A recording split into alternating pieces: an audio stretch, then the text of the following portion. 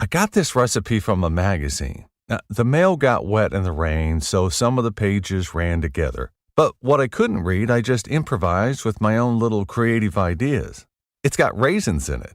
You like raisins. Want to learn from those that are taking their lives, their businesses, and their passions to the next level? Best-selling author of Master the Art of Connecting and professional speaker Lou Diamond is here to connect you to some of the most inspiring and amazing people on the planet. Get ready to thrive loud with Lou Diamond. Welcome, everyone, to another spectacular episode of Thrive Loud with Lou Diamond, connecting you to the most inspiring and amazing people that are thriving each and every day. I'm your host, Lou Diamond, and today on Thrive Loud, we have one tough cookie. This individual has built successful sales teams in various industries. Knowing that entrepreneurial ventures only succeed with a purpose, he purchased Dirty Dough, a single location cookie company. I'm going to let him share with you what the company is all about and its incredible purpose. But what I will share is that in just 4 months under his leadership, the company grew to over 50 stores in 4 months. Thrive Loud listeners, I hope you brought your sweet tooth because we got Bennett Maxwell here on Thrive Loud. Bennett, how are you today? I'm doing really good. Thanks for the intro. So I gave a huge teaser here. So here's what I want to do. I want to give a little bit of a rewind. I don't want to go all the way back to the womb. Where I want to go is kind of understand, first of all, has entrepreneurship always been like in your blood and your thing? Yeah, for sure. Since I was little, I was selling the candy bars on the corner. We did shaved ice stands on the corner, lemonade stands. Yeah, all of that started in elementary. So you carried that forward into your professional life. Let's find a little bit out about you and understand what got you into this gig. How did this gig come to be? The cookies. How did I get into that? Dirty dough. Okay, so early 2019, I was looking into Crumbl. If you've ever heard of that, yes, really, I have. Really actually. strong. Yeah, really strong franchise brand, and they were doing really good. They still are. And I was looking to buy a franchise, but I was already doing in Utah. Everybody calls it summer sales. You just go sell for 4 or 5 months in the summer, but it's a fun job. You only work a few months of the year. Anyway, so I was looking at continuing to do that to keep a good income, but I wanted to add to that income with a franchise. Well, that just wasn't their model. You have to be owner operated, and on top of that, they were already sold out of the state of Utah, so I had to move out, give up my career in sales to go run a cookie company. And I told myself, I don't want to make cookies my career. That's not what I'm going for. But it got me interested. And then Dirty Dough was started by a guy that I went to high school with that had moved down to Arizona, and he was doing delivery only from his apartment. And he's like, I'm looking for some money to start, an actual retail storefront. So that's when I came in and I invested. And then I just moved to San Diego. I started doing solar, and I started a solar company. And then Crumbl came to San Diego, and lines out the door around the corner. So I had asked the owner of Dirty Dough to franchise it. And I'm like, hey, I'm going to be your first franchisee. This is going to be great. San Diego's a killer market, all of that. And anyways, long story short, at the end of the day, he didn't end up franchising. And he said, I'm burnt out. I'm looking to sell it. So then that was, definitely shook what I was trying to do, because I'm like, I'm full-time, I'm running a solar business. And then it kind of hit me, hey, if I'm able to buy this cookie company out of Arizona, I don't have any food experience, I live in San Diego, and I'm running a solar company. If I could make this model work, that's the model that I was looking for 3 years ago, right? Or 2 years ago, whenever that was. And there's a lot of other people like me. So I kind of jumped in because of that. So Crumbl kind of got me interested, showed me what I wanted, what I didn't want. And then I had the opportunity, if I were to own the company, Dirty Dough, then I could build a model, and make it as easy as possible. So that's what I've strived to do since we've purchased it. I purchased it last January. So yeah. So and listeners need to know this. This is like, right after the pandemic, 2021 in January when you buy it. And yeah, let's literally get into the, into the ingredients here. let's share with the listeners what the dirty dough cookie looks like. Because by the way, I'm using this as part of the artwork here for this episode, Okay. because you guys have to understand what this cookie looks like. Share what's going on in the dirty dough cookie. So looking at the competition, how are we going to differentiate ourselves? And Crumbl does these weekly rotating flavors, and some other companies do as well, but they really focus on heavy frostings and heavy toppings on top of the cookie. And I'll get into the cause and all of that later, but we wanted to focus on what's on the inside of the cookie. And we didn't want the perfect looking cookie because of the mental health stuff. Again, we can get into that in a little bit later. So we want to do these multi-layered cookies. So you look at one of our cookies and it looks like a peanut butter cookie. And then you break it open and there's chocolate dough on the inside. Then in the very center, you have, Reese's peanut butter coming out, or hot fudge or something like that. So these are multi-layered, 3-layer cookies that really don't exist anywhere else, that are just really fun cookies. On the back end, though, it's very, very profitable and streamlined, because it's all manufactured centrally. And then it also kind of gave rise to the nonprofit that we're doing. Okay, so let's go there, because this is what caught my attention and what I thought our Thrive Lab listeners would love about. Share with the listeners kind of the purpose, as we talked about a purpose-filled company that you were very much behind, but the purpose of this, and obviously a phenomenal analogy, but also a really important cause that is very central to what a lot of people are dealing with and need to, be more made more aware of, and jump into that, Bennett. Yeah. About that same time, early 2019, I listened to a podcast, Jonathan Haidt. He's a psychologist. And I've been fortunate enough to I've never struggled with a mental health illness, but I'm listening to this podcast, and statistically speaking, I had a daughter that was 2 at the time and a newborn daughter. They are twice as likely to go to the hospital because of self-harm than they were 10 years ago. And it's like, why? And what do you do with that? And a lot of that is attributed to this. I'm, a normal person, and I'm going to compare myself with your picture perfect life on Instagram. And I'm going to make that unfair comparison to myself. So anyways, once Dirty Dough came about, and we started going with the what's on the inside that matters most. I'm like, this is a really positive message. What do I do? How do I help my daughters with confidence and let them know that life doesn't need to be perfect for it to be enjoyed? And then it's like, that's what Dirty Dough is about.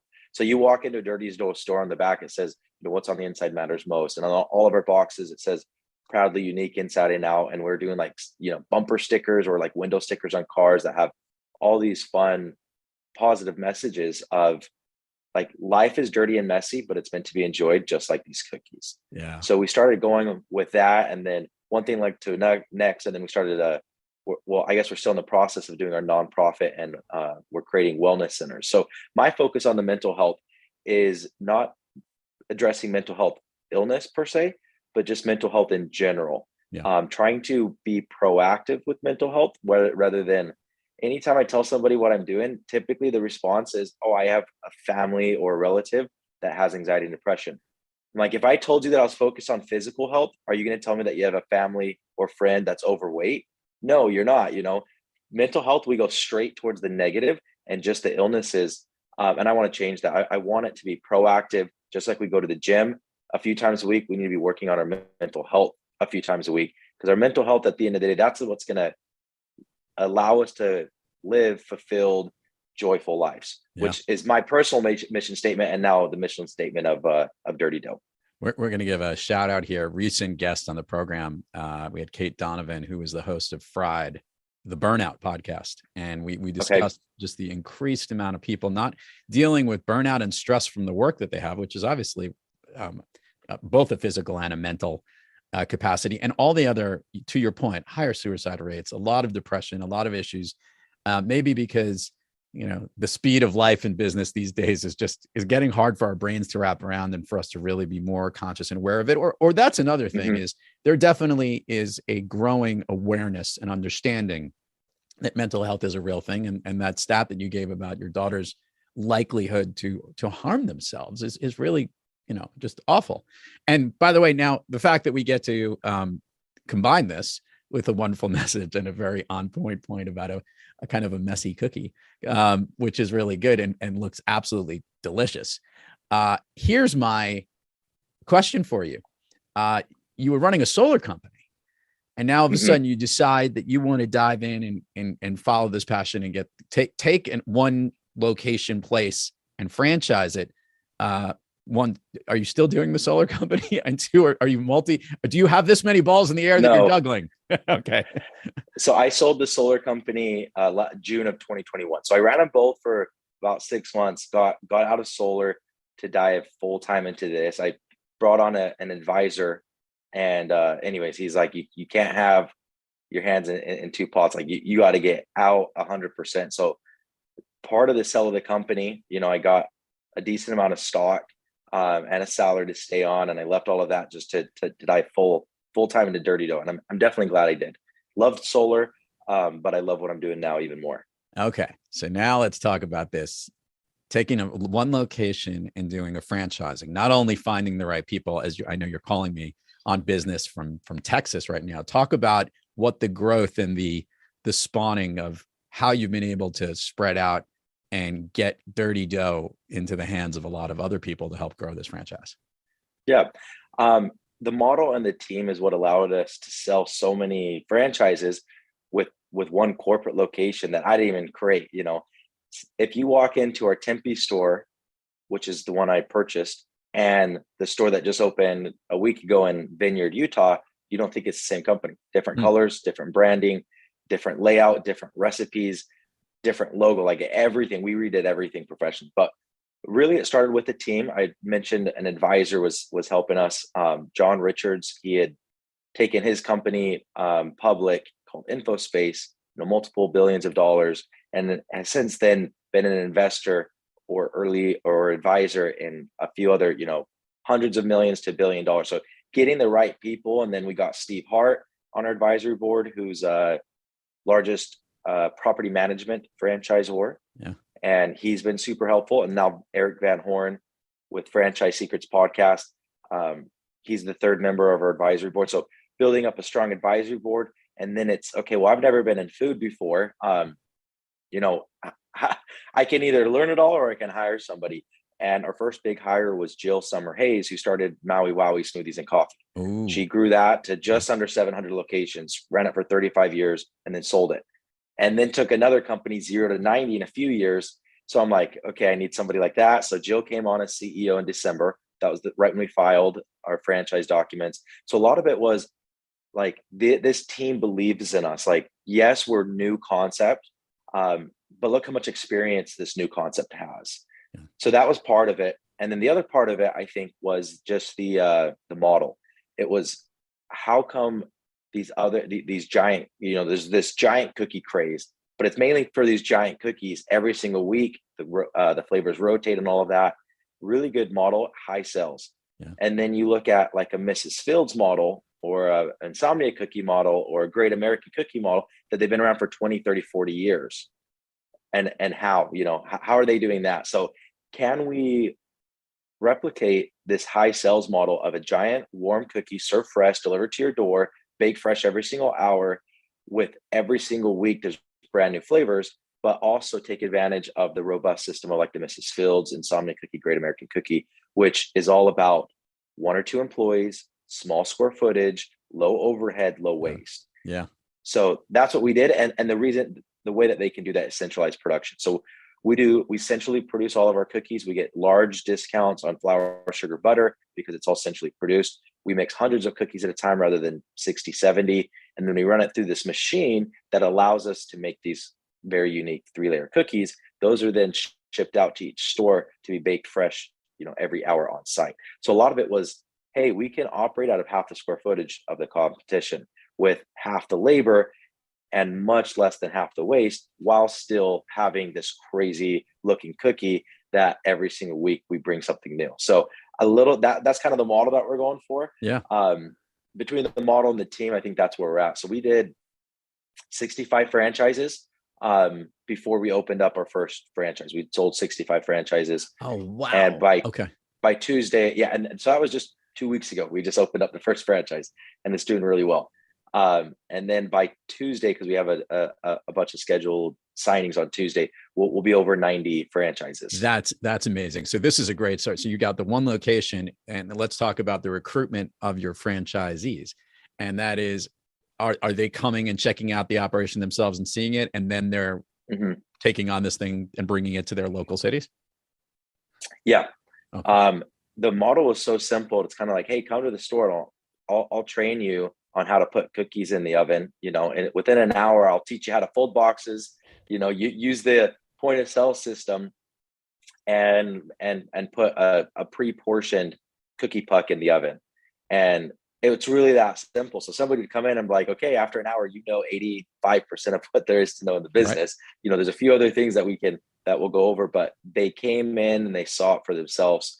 And then most of the people that are buying franchises are buying 3 or 5 or 10 or a dozen, whatever.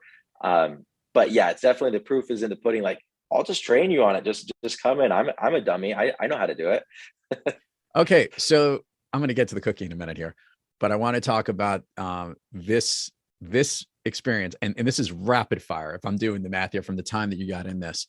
One, can you believe how quickly this is taking on? That's my first question. Let's ask it. Can you believe how, because this is happening pretty fast. Is this quick? Is this ahead of your schedule? Tell me your thoughts about how you're feeling about all this. So this centralized production, I signed the lease to build out our production warehouse in November. And I signed the lease on the spot thinking that it would do about 20, 25 stores, something like that. And I'm like, that'll give me a year or two to grow into it. Like I knew we were going to grow quick, but not that quick. Before the warehouse was built out with the production, we had not only outsold it, we doubled the sales of which it could produce. And right now it's just people fighting over territory and us trying to filter, who's going to be the best franchisees and who's aren't going to be definitely a lot quicker than what we thought. Okay. So now comes the interesting part, because I do know that, and maybe this works to your advantage because you have the franchisees there. To your point about food, every state has a lot of rules about, how getting their food licenses and all of that, and when they distribute. And obviously there is a little bit of a challenge, because I'm sure this cookie you have might not be the healthiest thing in the world compared to obviously other things. Explain maybe that aspect of what you've learned, even in just dealing with the one location at that point, and what the franchisees might be looking at and facing as they're marketing this. As great as the cause is, we're still dealing with a cookie. Yeah. The message is it's okay to not be okay. You don't have to be perfect. And this got internalized with me when I sold my solar company, because I'm 29. So this was last year. I was 28. And I had this, I'm a hard worker, and I'm always, trying to be the best at whatever I'm trying to do, and telling myself I'm sacrificing time. I'm working the weekends, working after 5, because I'm going to get XYZ. In my case, it was $1 million. And then life's going to be perfect, right? So I sell my solar company and I feel ecstatic. Like it's great. But guess what happens after a week or two? You go back to your normal level of happiness. And you thought, and not only did I go back to my normal level of happiness, I found myself working those weekends still and working after 5. And I have a beautiful family. I got 3 young kids. I got a beautiful wife. And I'm like, what am I doing? Like, why am I trying to all of a sudden now go for the next goal? So the message with Dirty Dough got centralized with me of, we need to find joy in the journey, right? Not in the fulfillment of some future goal. So anyways, that's the messaging of Dirty Dough, and it's okay to have a cookie. Yeah. Don't go. It certainly is. but it's okay to have a cookie. You don't need to have the perfect life, the perfect body, all of that. Let's be healthy though, right? Mentally and physically. Okay. I now want to dive into this. You love how, explain to the listener, because this is a different type of cookie you're eating. This isn't like when we're holding in your hand. This has got this big messy thing. The first time you ever had a bite of this stuff, tell me what it was like. Oh, it was, these things are like this thick. We've changed them around. Listener, he's showing with his hands. It's like, I'm not kidding you. We're talking like, it's like 4 to 5 inches. Is that about right? 3 to 4 inches high or something like that? Maybe 2 to 3 now. 2 to 3 inches high. Okay, fine. They're a third of a pound, so they're fat, and they're really gooey in the middle. It's like they're cooked up to temperature 160 degrees, so there's no issues there. but it's definitely a softer cookie. And it was like, wow. And then I tried it with some ice cream, and I'm like, all right, this is freaking great. A cold ice cream with this warm giant cookie. It was just such a good kind of feel good product, like, man, I feel good right now. Love it. I love asking entrepreneurs this question, specifically people as innovative and as young, as energetic as you. Look, you've been thriving in your businesses with the solar. You wanted something and see a passion of this, and you're not only bringing it to life, but you're marrying it with a really good cause and something that everyone needs to be made aware of, which means you're thriving on most days. However, Bennett, as you know, we're not always kicking on all cylinders all day. Sometimes we need more of that cookie than we'd like to. On the days that you're not thriving, what practice do you seek, or maybe which individual do you seek out to get yourself back on the thriving track? Part of this nonprofit is implementing these practices that I've used on myself and that I'm still learning, and building wellness centers in schools. So K through 12, we're calling them up. Hey, we want to convert one of your old classrooms to a wellness center. We'll fund it. We'll provide the program, and you guys just need to staff it. Just have somebody there. But what's happening in these wellness centers is to teach kids how to answer that question. So like what I do personally, if it's a bad day, it's like, I'll go to a meditation, I'll sit in a quiet room and get my mind off of this fake problem that I have. Because usually it's a fake problem. Like anxiety is stressing about something that hasn't happened and probably won't happen. So how do we learn to live in the present? And, there's different exercises with different meditation or breathing exercises, and you breathe correctly, your physiological state changes. You feel different, you move different, and there's just different things. So these wellness centers, you come in, you grab there's a wellness coach there, but you can grab a tablet and you can learn about letting go of the past and not stressing about the future by being present. So these different, techniques, there's a lot of different things that you can do that I'm still learning, that I still don't know the answers to, right? The few that I do know is going through the breathing exercises, through the meditation, or playing out some scenarios like, what is actually the worst thing that can happen? Yeah. And it's funny, our brain plays out a worse than worst case scenario. Like, anyways, and then we stress about it. And it's like, wait, worst case scenario actually isn't that bad. And I'm not in danger and I'm going to survive. And when you can step back, reflect, and look at that, then it puts everything in perspective. You're like, okay, I could keep going. I like it. Let's do the admin part of the show. And I've got a big piece here. Share with the listeners where people can learn online about Dirty Dough, or any of the digital places that are there that they can learn about you as well. And share where you've got a lot of franchises. Throw out some cities and some places that they can be on the lookout for Dirty Dough. Awesome. So me personally, you can follow me, BennettMaxwell.com, BENNETT, and then MAXWELL. I try to post every day on all social media platforms. So try to provide as much value as I can in business and also family life. And then DirtyDoughCookies.com is our website where you can inquire about franchising. As far as cities go, we have 30 something opening up in Utah, a dozen more in Arizona, some in Vegas, a handful up in Idaho, another dozen or so in Colorado. And then we just did some more in Louisville, Kentucky, Cincinnati, lots of other areas to come. I mean, Texas is one of the ones that we're going to put up about a dozen. Next week is what we're closing on in Texas. So kind of all over. We've had inquiries all over. It's really been crap. We don't have this staff to support it. On Monday, 5 days ago, we hired a full-time salesperson. So hopefully he can get to all of our inquiries and help us expand and spread the message of what we're doing. It's exciting. I was hoping it would get further east. I'm on the East Coast, but when it does, you call me up, man. I'll be in line. I'm checking. Yeah. When the listeners see the image I'm going to put in the artwork here, you're going to be like, "Shut up, come on!" So it's really good stuff. You ready to go down Fun Street with me, Bennett? Let's do it. Okay. Share with the listeners what is maybe one or a select. Give me one of your all-time favorite movies that you love to watch. Oh, all-time favorite movies. First one that just came to my mind is Dumb and Dumber. Oh, so good. Love a good comedy movie of people just acting a fool. And anyways, no, I love that movie. Okay. I want you to share with the listeners our speed round special. This is how this works. I'm going to ask you something. I want the first thing that comes to your mind. These are things that lift you up, motivate you, make you feel good. They basically make you thrive. You ready? Yes. I'm going to flip the order around, specifically culminate at a high point here related to this topic. Okay. Of late, a song that you love to listen to, or maybe one that pumps you up.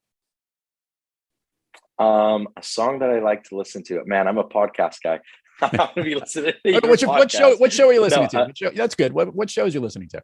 What are you listening to these days? I like the Joe Rogan podcast a lot. He's definitely.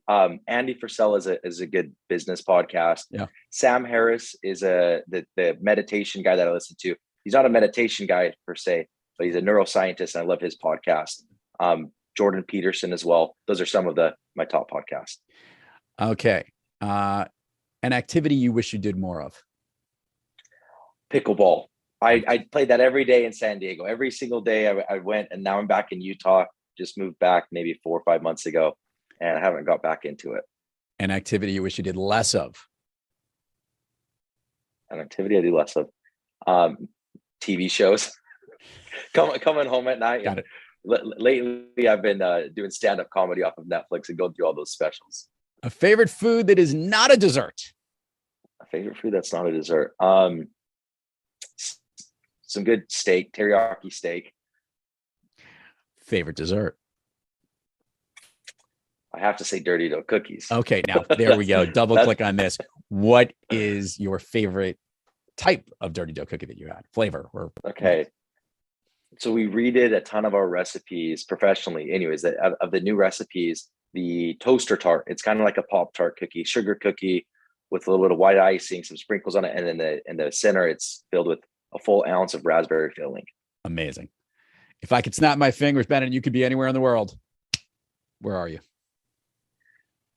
I'd probably, we just got back from Greece, so that's what came to my mind. Nice. It was beautiful place. Bennett Maxwell, he's one tough cookie, and everybody needs to check out Dirty Dough. It's coming to a town near you very quickly, and I'm getting hungry just thinking about it. So thanks again, and Matt, continued success to you. Hope everything goes well. And if there one is in my neighborhood, I'm popping in. Sound like a plan? Awesome. Yes. Much appreciated. Maybe when you start franchising around here, I might want to get involved on this. Get in on the early. There we go. Thanks again for coming on the show. Thank you. And to all our listeners out there, thank you for joining us. And until next time, keep moving onward and upward. And remember, be brief, be bright, be gone. You've been listening to Thrive Loud with your host, Lou Diamond. Check us out on the web at thriveloud.com and follow us on Instagram, LinkedIn, Twitter, and Facebook at Thrive Loud. And check us out on the Good Pods app at Thrive Loud, where you can follow, listen, and connect directly to Lou and all of the Thrive Loud episodes. Thanks for listening.